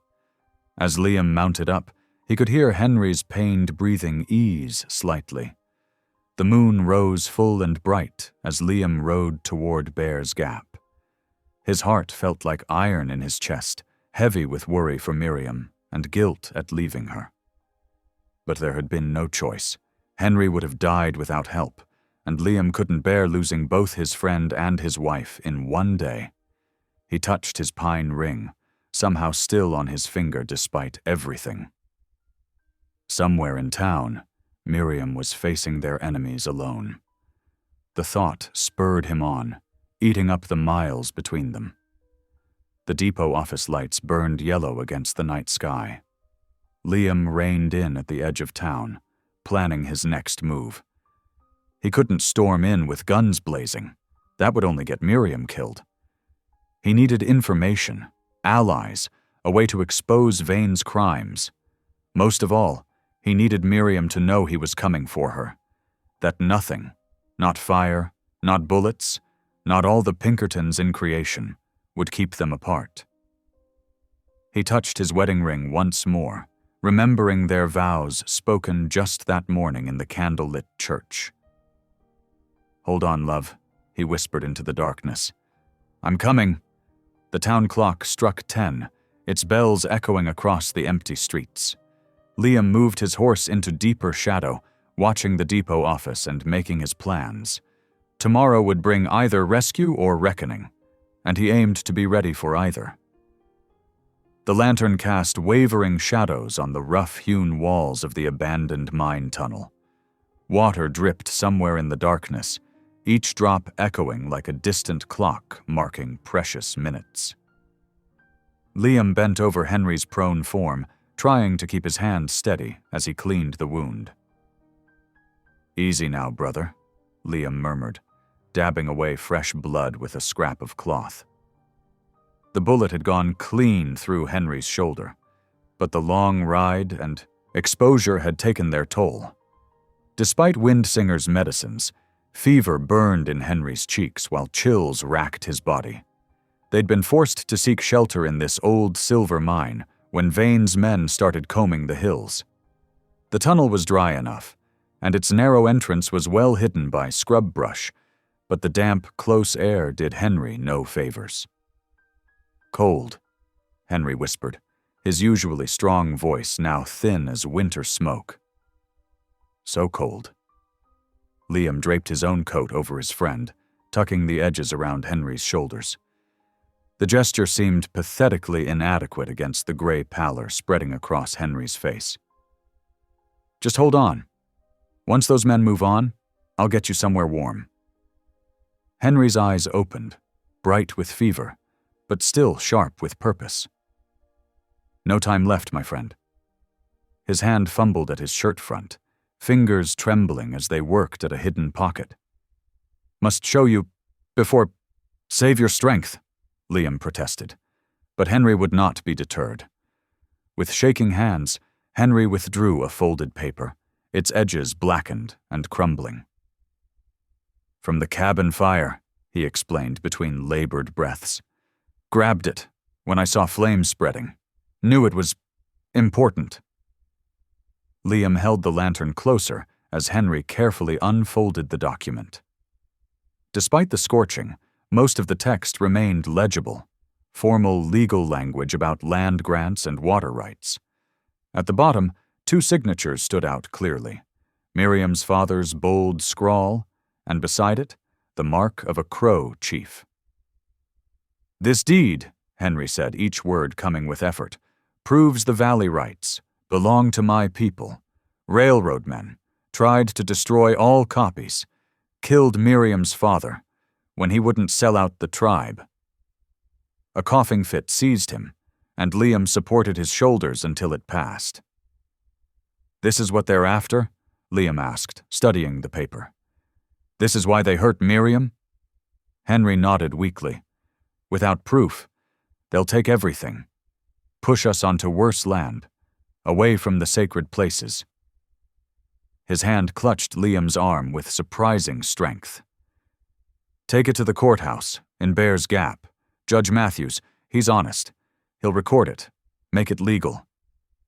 "I will," Liam promised. "But first we need to get you well." "No." Henry's voice was barely a whisper now. "My path ends here, brother. The Creator calls." His eyes drifted toward the tunnel's rough ceiling, seeing something beyond the lantern's light. "I go to join my wives, in the summer lands." "Henry, please!" Liam's throat tightened. "Don't talk like that. You're going to be fine." A gentle smile crossed Henry's face. "Been a good friend. To me. To our people." His breathing grew more labored. "Promise me, you'll save Miriam. Stop them from burning more homes." "I promise," Liam said hoarsely, gripping Henry's hand. "On my life, I swear it." Henry's lips moved in prayer, mixing Crow words with Christian phrases in a final testament to his bridge-building heart. "Great Spirit, Jesus, receive my soul." His voice faded to silence, but his lips continued moving. Liam held his friend's hand as the minutes crept past, watching the life ebb away like water soaking into thirsty ground. Just before dawn, Henry drew one last shuddering breath. His fingers went slack in Liam's grip. The tunnel seemed suddenly colder, emptier without his presence. For a long moment, Liam couldn't move. Grief sat on his chest like a lead weight, making it hard to breathe. Henry had been more than a friend. He'd been a brother in all the ways that mattered. He'd saved Liam's life years ago during that hunting accident, then saved his soul by showing him a path back to faith. And now he'd died trying to protect Liam's wife and his own people's rights. The first pale light of dawn was creeping into the tunnel mouth when Liam finally stirred. He couldn't leave Henry in this dark hole. His friend deserved a proper burial under open sky. With aching muscles, Liam gathered Henry's body in his arms and carried him out into the gray morning. The ground was half frozen, but Liam dug steadily, using his knife and a flat stone as tools. He chose a spot beneath a towering pine where the morning sun would touch first. As he worked, sleet began to fall, the tiny ice pellets stinging his face and hands. When the grave was deep enough, Liam lowered Henry's body with as much gentleness as he could manage. He arranged Henry's hands over his chest, tucking the medicine pouch Windsinger had given him beneath them. From a nearby pine, Liam cut 2 straight branches and lashed them into a cross with strips of leather from his saddle. "Rest easy, brother." he said softly as he filled in the grave. "I'll keep my promise." Using his knife, Liam carefully carved Henry's name and the date into the cross's crossbeam. Below it, he added words in both English and Crow. "A bridge between worlds, now at peace in both." The sleet was falling harder now, coating everything in a sheath of ice. Liam's horse stomped restlessly, steam rising from its flanks. Time was wasting. He needed to reach Bear's Gap before Vane's men could do whatever they planned with Miriam. Liam checked his rifle, making sure the action was clear and the ammunition dry. The precious deed was folded carefully in an oilskin pouch inside his shirt. His pine wedding ring still circled his finger, a constant reminder of what he fought for. Standing over Henry's grave one last time, Liam touched the cross. "Watch over me, my friend," he whispered. "Help me bring justice to those who took everything from us." He mounted up, turning his horse's head toward Bear's Gap. The sleet stung his face like tiny needles, but he barely felt it. His heart burned with a fire no ice could touch. Grief for Henry, fear for Miriam, and determination to end this fight once and for all. The deed Henry died protecting seemed to pulse against his chest like a second heartbeat. This fragile paper could save both the Crow people's lands and Miriam's life if he could get it to Judge Matthews in time. The railroad men would kill to prevent that from happening. Well, Liam thought grimly as he urged his horse into a ground-eating lope. They weren't the only ones willing to die for what they believed in. Henry had shown him that. Now it was his turn to prove it. The frozen trail stretched before him, winding down toward the town where Miriam waited. Sleet rattled against bare branches and coated his coat in a shell of ice. But Liam rode on, letting his grief harden into resolve with each mile. By sunset, he would either have justice or join Henry in the summer lands. Either way, this would end today. The sleet turned to heavy snow as Liam pushed his horse through the gathering dusk. Thick flakes caught in his beard and frosted his coat until he looked like a ghost rider emerging from the storm. His mount's hooves punched through crusty drifts, each step a battle against exhaustion. "Just a bit further," he murmured, patting the horse's straining neck. The animal's breath came in steamy bursts, its sides heaving with effort. They'd been riding hard since dawn, stopping only twice to let the horse drink from half-frozen streams. A branch snapped overhead, dumping snow down Liam's collar. The sudden cold made him shiver, reminding him of Miriam facing this weather without her warm shawl. The thought of her in the railroad men's hands squeezed his heart like a fist. His horse stumbled on a patch of hidden ice, nearly going down. Liam caught himself on the saddle horn, his knuckles white with cold. "Easy there," he soothed, letting the animal find its footing. They couldn't afford a fall, not with so many miles still ahead. As darkness settled over the mountain, an unfamiliar urge rose in Liam's throat. Before he quite knew what he was doing, words spilled out, rough, unpracticed, but sincere. "Lord," he whispered into the wind, "ain't talked to you proper in 20 years or more." His voice cracked. "But if you're listening, keep her safe. Keep Miriam alive till I get there." The prayer felt strange on his tongue, like a language half forgotten. They pushed on through the night, the horse stumbling again on treacherous ground. This time Liam had to dismount and lead them carefully past the icy patch. His legs trembled with fatigue, but he wouldn't stop. Couldn't stop. Near midnight, the snow eased enough for moonlight to filter through. Something blue caught his eye, a splash of color against the white ground. His heart jumped as he recognized Miriam's shawl, the one the pastor's widow had given her, tangled in a scraggly sage bush. Liam's hands shook as he retrieved it. The soft wool was torn where she'd fought against her captors. He pressed the fabric to his face, searching for any trace of her lavender soap scent, but found only snow and sage. "Good girl," he murmured, proud of her resistance. "Keep fighting, I'm coming." He tucked the shawl inside his coat next to the deed, close to his heart. The second night brought clearing skies and bitter cold.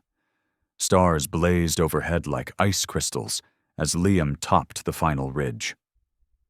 Below, Bear's Gap spread out in the valley, its windows glowing yellow against the snow. Somewhere in that cluster of buildings, Miriam waited, prisoner or worse. Liam touched the deed hidden in his coat, its edges crinkling against his chest.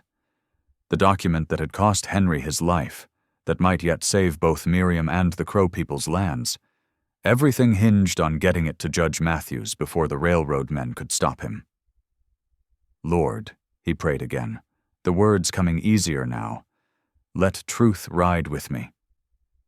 He paused, adding softly, "And if you're listening, Henry, watch my back, brother." His horse sensed his tension, shifting beneath him as they studied the town below. Liam knew the railroad men would be watching the main road. They'd expect him to come charging in, guns blazing.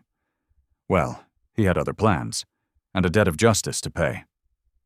Dawn wasn't far off. Time to move. Liam nudged his tired mount down the snowy slope, choosing his path carefully. Henry's sacrifice, Miriam's courage, and God's unexpected grace had brought him this far. Now it was his turn to prove worthy of their faith. The deed pressed against his heart like a promise as he guided his horse through the pre-dawn shadows. Truth would ride with him indeed, and with it, the power to set things right at last. The church bells of Bear's Gap rang clear across the snowy valley that Sunday morning. Townsfolk filed into the weathered clapboard building, stamping snow from their boots. Near the altar, Miriam sat straight-backed despite her bruised face, two railroad men hovering close by. Her hands rested calm in her lap, though her lip was split from rough handling. Silas Vane, the Pinkerton agent, settled into the front pew beside Clayton Briggs, both men affecting pious expressions that didn't reach their eyes. The congregation whispered, stealing glances at Miriam. Just as Reverend Mills raised his hands to begin the service, the double doors burst open. Wind and snow swirled around Liam Redd's broad frame. His coat was crusted with ice, his beard frozen, but his eyes burned with purpose. Without a word, he strode down the center aisle. Gasps rippled through the pews. At the pulpit, Liam withdrew the scorched deed and laid it reverently on the Bible. "This here's proof," he declared, voice carrying to the rafters. "Railroad men murdered Henry Tall Elk for this paper. Shows they stole tribal lands and tried killing Miriam's father to hide it." Marshal Hart stepped forward, examining the document closely. Outside, dozens of Crow riders appeared silently on the surrounding hills, witnesses to justice. The marshal nodded grimly and drew his pistol. "Vane, Briggs, you're under arrest." In the commotion of the arrests, Miriam swayed and collapsed. Liam pushed through the startled crowd, catching her before she hit the floor. His rough hands cradled her head with unexpected gentleness. "Fetch Doc Morrison!" someone shouted. The elderly doctor hurried forward, kneeling beside them on the worn floorboards. He lifted each of Miriam's eyelids carefully, holding his lantern close. His weathered face showed surprise as her pupils twitched in response to the light. "Lord have mercy," he breathed. "There's movement. Never seen anything like it." Miriam stirred, her fingers finding Liam's bearded face. "Now I see," she whispered, tears streaming down her cheeks. "Shadows and light. Your face above me." The entire congregation fell silent, breath held in wonder. Sarah Mills, the preacher's widow, dropped to her knees beside them. "The Lord has answered our prayers," she said softly. Liam's shoulders shook as he wept openly, something he hadn't done since childhood. "Thank you, Lord," he choked out, not caring who witnessed his tears. "Thank you." Marshal Hart stood nearby, notebook in hand. "The Crow keep their land," he declared firmly. "Got enough testimony here to make it final." Over the next 7 days, telegraph wires hummed with confirmation after confirmation. The scorched deed Henry had preserved with his life proved genuine beyond doubt. Each clicking message strengthened the Crow people's claim to their ancestral valley. On a crisp morning, Marshal Hart rode out to the reservation boundary. He carried official papers declaring federal recognition of Crow territory, Henry's final victory.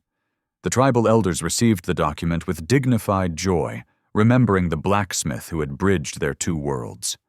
Back at the burned cabin site, the sound of hammers filled the air. Townspeople who had once whispered about the blind bride now worked alongside Henry's cousins, raising new walls from fresh-cut pine. Even the railroad men who'd opposed the land claim sent lumber as a peace offering. Liam watched it all with quiet amazement. "Never thought I'd see such a thing," he said to Miriam, as they sat on their temporary porch. She could now make out his silhouette against the setting sun, a blessing that brought fresh tears of gratitude each evening. She had spent the morning writing carefully to Abigail Dunn, the preacher's widow. Her letter shared a dream born during those dark days of hiding, a school where blind children could learn to read, write, and believe in themselves. "The Lord gives sight in many ways," she wrote. One dawn, before the dew had lifted, Liam rode alone to Henry's grave. He planted a young pine sapling beside the wooden cross, its branches reaching toward heaven like prayer-lifted hands. "Much obliged, friend," he whispered, remembering Henry's gentle strength. When the peace treaty marker was ready, the whole town gathered. Carved in both English and Crow, it stood where the valley opened into Bear's Gap. Liam and Miriam rode together to the dedication ceremony, her hand steady on the reins as patches of light and shadow guided her way. The Tu marker cast its shadow east and west, a bridge between peoples, just as Henry would have wanted. Spring arrived in gentle waves across the mountains, painting the slopes with tender green. Wild iris dotted the meadows like scattered gems, their purple heads nodding in the breeze. At the rebuilt cabin, morning light spilled through fresh-cut windows, warming the sturdy pine floors that still smelled of sawdust and promise. Each dawn, Miriam sat by the eastern window, her Bible open on her lap. Her fingers no longer needed to trace the raised dots. Now she could make out words through the growing clarity in her vision. Colors came first: the deep blue of the morning sky, the rich brown of fresh-turned earth. Then shapes emerged, like God's own hand sketching the world anew. "The Lord is my shepherd," she read aloud, her voice carrying through the quiet cabin. "I shall not want." The familiar verses of Psalms filled their home like music. Liam paused in his morning tasks to listen, finding peace in the ancient words that once meant nothing to him. Outside, Liam had broken ground for a small garden. His strong hands, once used only for trapping and survival, now coaxed life from the soil. Neat rows of peas climbed their stakes, while tender lettuce leaves unfurled in the spring sunshine. He'd planted herbs, too, thyme and sage that Miriam could smell from the porch, helping her navigate by scent even as her sight returned. The cabin that had once known only solitude now rang with children's laughter. Young ones from town made the trek up the mountain path, drawn by Miriam's gentle teachings and Liam's wilderness stories. They brought wildflowers and news from town, their small boots leaving trails across the swept floors. Sally Jenkins, the miller's daughter, came 3 times a week for reading lessons. Tommy White, whose leg had never healed right from birth, found he could learn just as well sitting still as running about. They gathered around Miriam like eager birds, while Liam watched from his workbench, marvel growing in his heart. As the sun painted the western sky in gold and purple each evening, Liam and Miriam sat down to supper at their simple table. Steam rose from bowls of garden vegetables and fresh-baked bread. Their hands joined naturally now, fingers intertwining as they bowed their heads in prayer. "The Lord works in ways we cannot see," Miriam said softly one evening, her voice carrying all the wonder of their journey.